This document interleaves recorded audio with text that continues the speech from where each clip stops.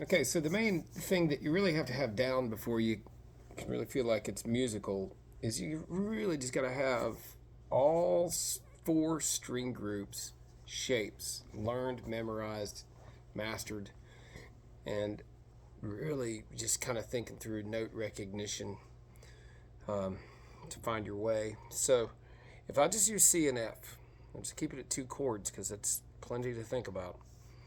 You basically have, think about it, you have three shapes on each string. First inversion, root position, first inversion, second inversion. But then you have two chords. So you have six possibilities. Like here's C, so here's F. Root position, since it's so high, you're not going to play rhythm way up here, but you can look at it. There's first inversion, go backwards. Perfect fourth down because 5, 1 to 5 are backwards, or 5 going up to 1 forwards is a perfect fourth. So there's F, 5 frets, that's a perfect fourth. There's your second inversion F. Minor third to your 3, 5, 1. So just that string group alone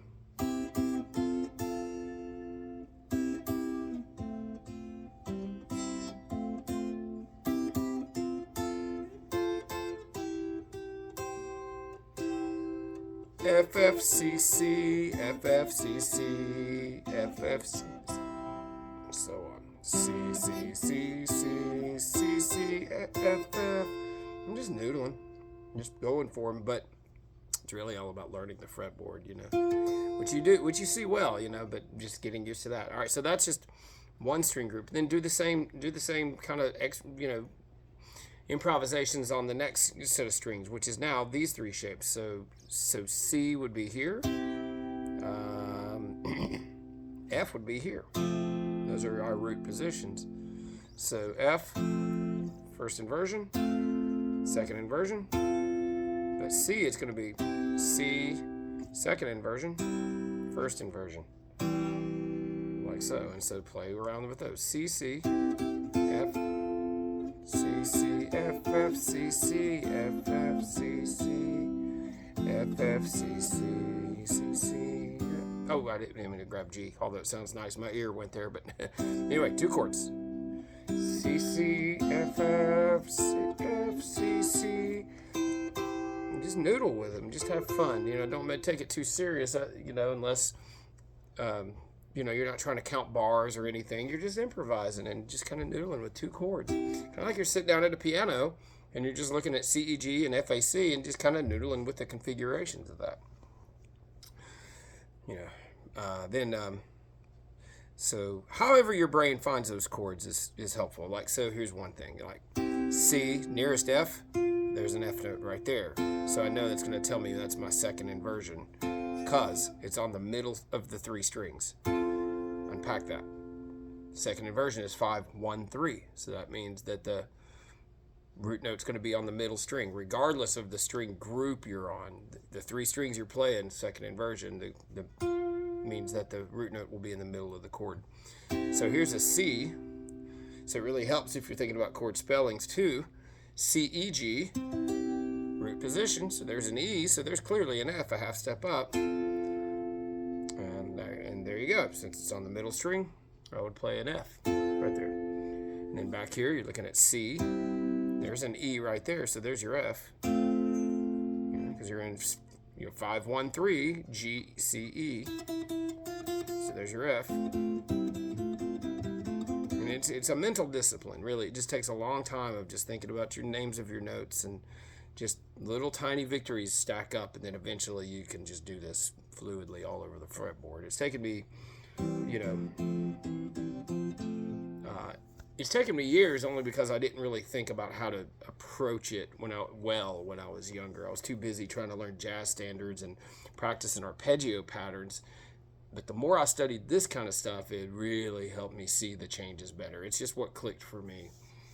And so anyway, on to the next string group. So root position C, those three strings, C, E, G, on the A, D, and G strings. First inversion, second inversion, and then F would be,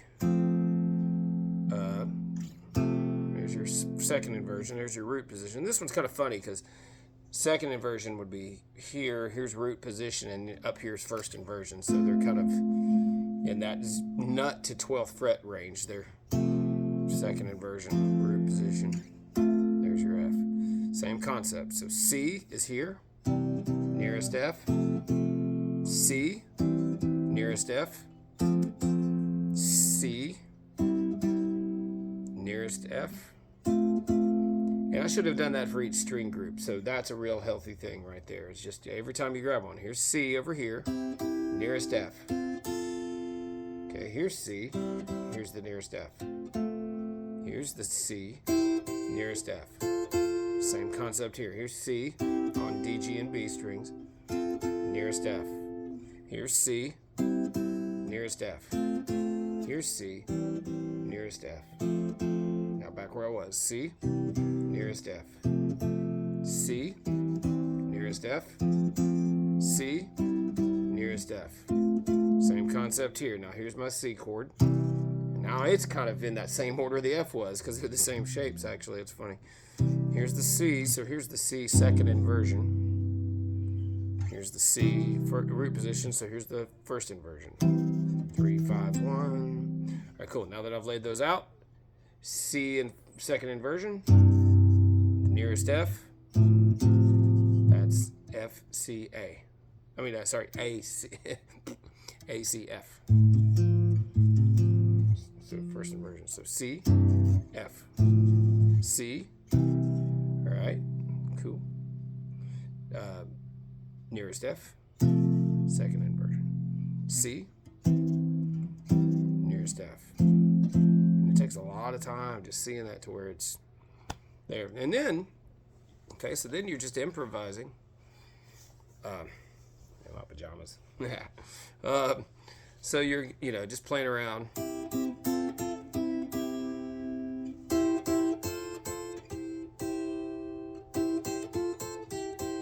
And so the limiting thing there is when you're just playing on one string group, it feels kind of limiting because you're kind of stuck in that same tonal range for all of it. You got, here's your low and then here's your high.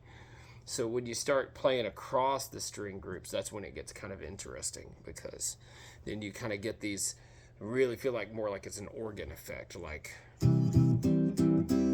oh, that's good. Hold on, let me unpack that. So C, next string group, first inversion. Next string group, second inversion. Next string group, back to root position. So root, first inversion, second inversion. Right, cool. So if I look at F in that range, in that same range, F is right here in root position. So this string group would be second inversion. There's F. Here's F. Here's first inversion F. Here's second inversion F. So if you just kind of did that, that's a good way to kind of work on string groupings. So C, C,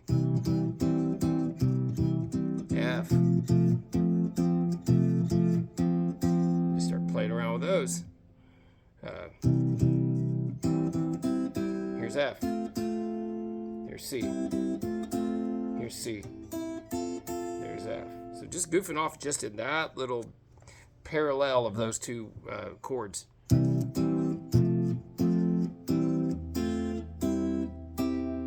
Sorry, let me do that slow. C, F. Oh no, so C, F. C, F. C, F. C, F. It's a real good way to do it.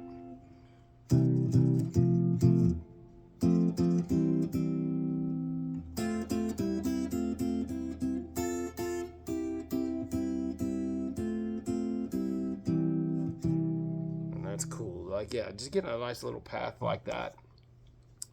Each chord in the same position. Next string group. Next string group. And just kind of going across the strings in chronological order like that would be good. And then, ultimately after you get really, confident and start feeling, seeing things better, then it's game on. That's kind of what I was doing in the lesson, was just sort of freestyling because I've done this for years, but, sorry.